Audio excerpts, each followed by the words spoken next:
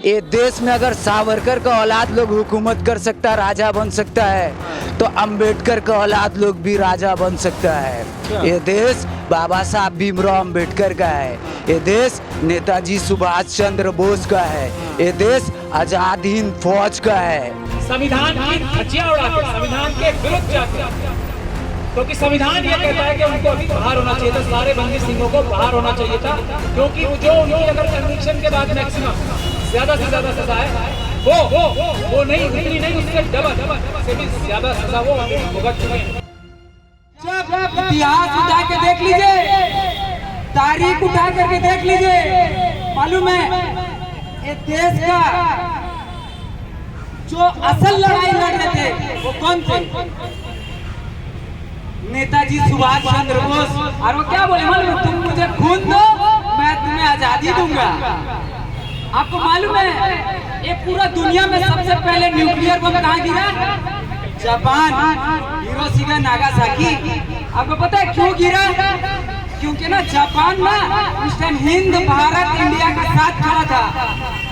आजाद हिंद फौज को जब नेताजी सुभाष चंद्र बोस लेकर निकले थे ना, तो नागालैंड मणिपुर होते हुए लेकर आ रहे थे, लेकिन क्या हुआ उस टाइम पे कुछ गद्दार लोग बैठा था, वो लोग बता दिया कि नेताजी सुभाष चंद्र बोस के रास्ता से आजाद हिंद फौज को लेकर आ रहे हैं। क्या हुआ भाई, ब्रिटिश एम्पायर पहले से वेलकम करने के लिए अपना आर्मी उतार दिया।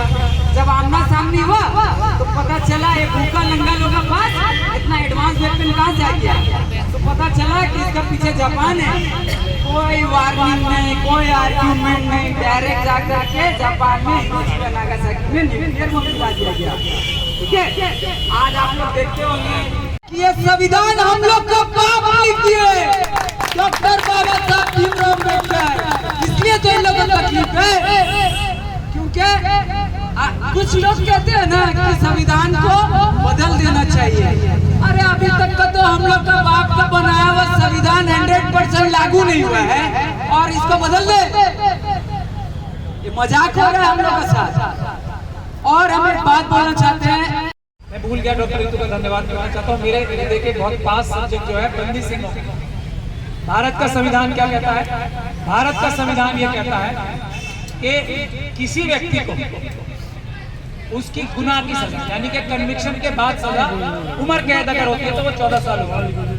बिल्किस बानो के और सैकड़ों लोगों को 14 साल। आपको पता है ना, अभी गुजरात में जो इतने निर्दयी हत्यारे और रेपिस्ट बलात्कारी थे जिनके ऊपर गुनाह साबित हो गए, उनको 14 साल बाद इस मनुवादी मानसिकता में आजाद किया। अब एक तो भारत के संविधान में आर्टिकल 14 है कि अगर एक व्यक्ति के साथ एक जैसा व्यवहार होता है तो दूसरे के साथ भी वैसा ही व्यवहार होता है। बंदी सिंहों को जिनके ऊपर ऐसा कोई अपराध साबित भी नहीं हुआ है, मैं भाई जो हमारे जत्थेदार जगतार सिंह हवारा जो है उनका तो मैं वकील हूँ, तो मैं पूरे जिम्मेदारी के साथ ये बात कह सकता हूँ कि उनके ऊपर तो अभी तक जुर्म साबित भी नहीं हुआ है, क्योंकि उनकी अपील सुप्रीम कोर्ट में अभी पेंडिंग है। ज्यादा से ज्यादा उन्हें 14 साल की सजा हो सकती है, 28 साल से जेल में बंद। तो संविधान की धज्जियां उड़ा के सरकारें उनको जेल में रखती हैं। संविधान की धज्जियां उड़ा के संविधान के विरुद्ध जाके, क्योंकि संविधान ये कहता है कि उनको अभी बाहर होना चाहिए था, सारे बंदी सिंहों को बाहर होना चाहिए था, क्योंकि जो उनकी अगर कन्विक्शन के बाद मैक्सिमम ज्यादा से ज्यादा सजा है वो नहीं, उतनी नहीं, उससे डबल से भी ज्यादा सजा वो ऑलरेडी भुगत चुके हैं बगैर गुनहगार साबित हुए। तो संविधान को तोड़कर मनुवादी मानसिकता के लोग एक खास कम्युनिटी को और सब मजलूमों को तकलीफ पहुंचाने के लिए बंदी सिंहों को जेल में रखते हैं। उसका लेटेस्ट एग्जांपल मैं दे रहा हूँ किस प्रकार से साजिश करके, और क्या साजिश है। अभी हमने मुस्लिम महापंचायत 29 तारीख को रामलीला मैदान में रखी है, परमिशन वगैरह सब मिल गई हैं, ठीक है। हम पे दबाव ये बनाया जा रहा है, लेकिन उसमें डिमांड क्या है ये सुनिए, बहुत ही इंटरेस्टिंग और समझने वाली बात है। यही मनुवाद की साजिश है। हम पे दबाव क्या है कि भाई हम तुम्हें ये मुस्लिम महापंचायत नहीं करने देंगे। क्यों नहीं करने देंगे? क्योंकि आपने एक गलती कर रखी है।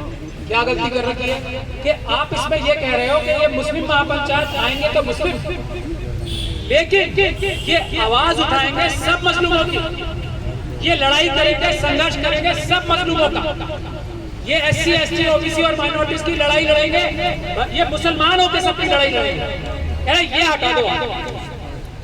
ये हटा दो। आप मुसलमान हो ना, मुसलमानों की आवाज उठाओ, सिर्फ मुसलमानों को बोलो जुल्म हो रहे हैं, मुसलमानों के साथ ज्यादती हो रही है, हमें कोई तकलीफ नहीं है। लेकिन ये मत करो कि मुसलमान अपनी इतनी बड़ी रैली करें लाखों लोगों की या बड़ी रैली करें और उसमें ये बोले कि ये मुसलमान, schedule caste, schedule tribe, OBC, Sikh, Christian बहुत की आवाज उठाएंगे, उनके लिए संघर्ष करेंगे। ये है साजिश, इसको आपको समझना है।